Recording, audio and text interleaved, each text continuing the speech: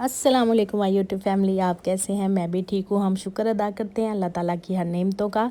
आज हम बनाएंगे पकौड़ियाँ, खट्टे वाली पकौड़ियाँ बनाएंगे। अक्सर आपने देखा होगा कि रमज़ान में पकौड़ियाँ बच जाती हैं और उसके बाद यूज़ भी नहीं होती। हम नए तरीके से इसको यूज़ करेंगे, कम इंग्रेडिएंट्स में इसको बनाएंगे।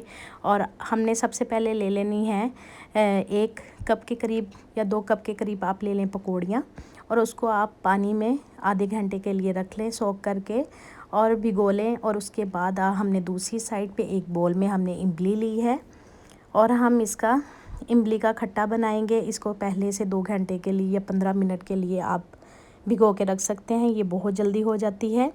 और जो इसमें इंग्रेडिएंट्स ऐड होंगे, प्याज, लेमन और ग्रीन चिली, सब्ज़ मिर्च, और इसके अलावा ताज़ा पुदीना इस्तेमाल होगा।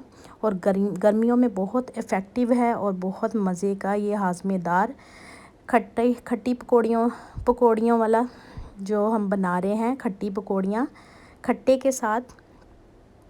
अब हम इसका बहुत मेथड इजी है। आप जैसे कि देख सकते हैं, हमने एक बाउल में जो हमने पकौड़ियाँ सोक की थी, हमने उसको सबसे पहले जो हमने प्याज लिए थे 2 अदद, उसको हमने काट के ठंडे पानी में डालने हैं। और इससे इसकी कड़वाहट और इसका जो है प्याज़ों की स्मेल ख़त्म हो जाती है।